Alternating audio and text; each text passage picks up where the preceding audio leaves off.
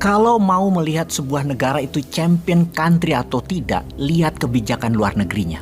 Misalnya kita meniru Bung Karno yang setelah beliau hingga saat ini tidak ada satu presiden pun yang bermain cantik dalam strategi luar negerinya. Indonesia sebagai negara baru merdeka waktu zaman Bung Karno belum punya uang banyak, tapi tetap tidak mengutang untuk membangun dalam negeri. Namun mengapa pada saat Bung Karno menjabat, Indonesia bisa menjadi negara berkekuatan militer terkuat di selatan Khatulistiwa atau the strongest country di Southern Hemisphere? Pakai beli atau bayarkah punya kapal selam itu? Punya pesawat tempur jet canggih di masa itu beli apa? Dan punya peluru yang banyak tadi, gimana caranya? Tidak ada satupun bayar, tapi pakai negosiasi, pakai alat tawar bahwa Indonesia itu non-blok. Pihak timur harus pelihara agar barat tidak caplok Indonesia. Pihak barat dimainkan agar Indonesia tidak miring ke komunis blok timur. Soekarno bermain cantik dan Soekarno jadi pemimpin negara selatan-selatan yang dibawanya dalam semangat Bandung dalam konferensi Asia Afrika. Itulah kekuatan lobby, itulah kekuatan tawar luar negeri Indonesia waktu itu. Contoh tersebut tidak pernah dimainkan lagi sekarang. Atau gini deh demi pelajaran, bagaimana ke depan kita meniru Tiongkok. Entah ini contoh keberapa ratus kalinya dalam strategi bernegara. Namun ya bosman harus sabar ya. Pasti suatu saat pada ngeh juga apa yang dimaksud dengan kebijakan luar negeri kita sebaiknya ke depannya. Bagaimana yang untuk membuat Indonesia menjadi negara champion. Kita ke Afghanistan. Negara yang mengalahkan Amerika lari terbirit-birit di bulan Agustus 2021 dengan meninggalkan peralatan perang senilai lebih 5 bilion dolar. Dan pejuang mujahidin yang sekarang bercampur jadi Taliban mengalahkan Uni Soviet di tahun 1991 yang juga menyebabkan rentetan peristiwa yang meruntuhkan Uni Soviet. Sekarang Tiongkok menaklukkan Afghanistan.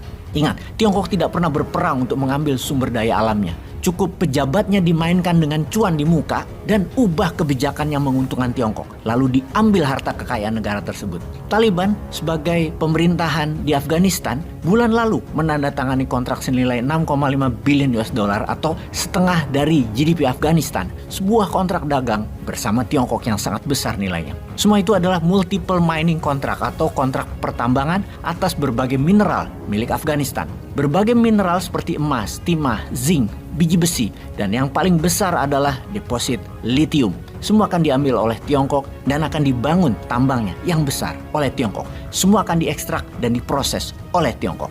Yang menarik, perusahaan yang menjadi mitra Tiongkok adalah milik para pejabat Taliban.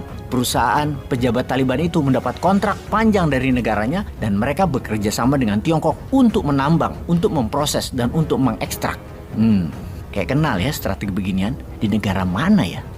Mungkin hanya kemiripan jalan cerita saja. Kita lanjut. Sejak Amerika hengkang dari Afghanistan di Agustus 2021, Tiongkok masuk untuk memproses tembaga copper smelter dan lithium extraction, juga sebuah strategi klasik dengan membangun jalanan dan jalur kereta api juga di Afghanistan. Masyarakatnya dibangun sarana umum oleh Tiongkok. Aset mineralnya tanpa terasa dikeduk, namun Tiongkok pintar karena rakyat Afghanistan jadi ada infrastruktur jalanan, jadi punya jalur kereta api. Terlihat bermanfaat kehadiran Tiongkok di Afghanistannya. Di luar kontrak dagang pembelian mineral tadi, ujung-ujungnya bukan Afghanistan terima duit, tetapi Afghanistan malah berhutang infrastruktur karena nilainya jauh lebih besar pembangunan infrastruktur jalanan tadi yang dibuat oleh Tiongkok tadi. Dealnya padahal harganya puluhan kali harga mineral yang diambil Tiongkok itu jauh lebih untung dari infrastruktur, tapi dibuatnya terbalik. Namun biasa, yang diambil timah, thorium nggak dibayar. Kan orang Afgan nggak ngerti beginian, apalagi pejabat Taliban. Apa isi yang diangkut tuh nggak ngerti. Ya katakan koper diangkut, tapi ada platinum di sana. Mereka kan nggak tahu ada platinum. Kita semua di dunia ini sudah tahu motifnya Tiongkok ke semua negara yang mengandung mineral, maka SOP-nya sama, cara mencaploknya sama. Untuk Afghanistan ada kekhususan. Selain mengambil mineral, jalan yang dibangun sangat spesifik arahnya, yaitu menghubungkan Pakistan, karena Pakistan sudah di tangan Tiongkok, ke arah negara Asia Tengah. Dan hanya lewat Afghanistan wilayah tersebut tersambungkan. Selain jalanan, diawali dengan kontrak senilai 6,5 bilion dolar.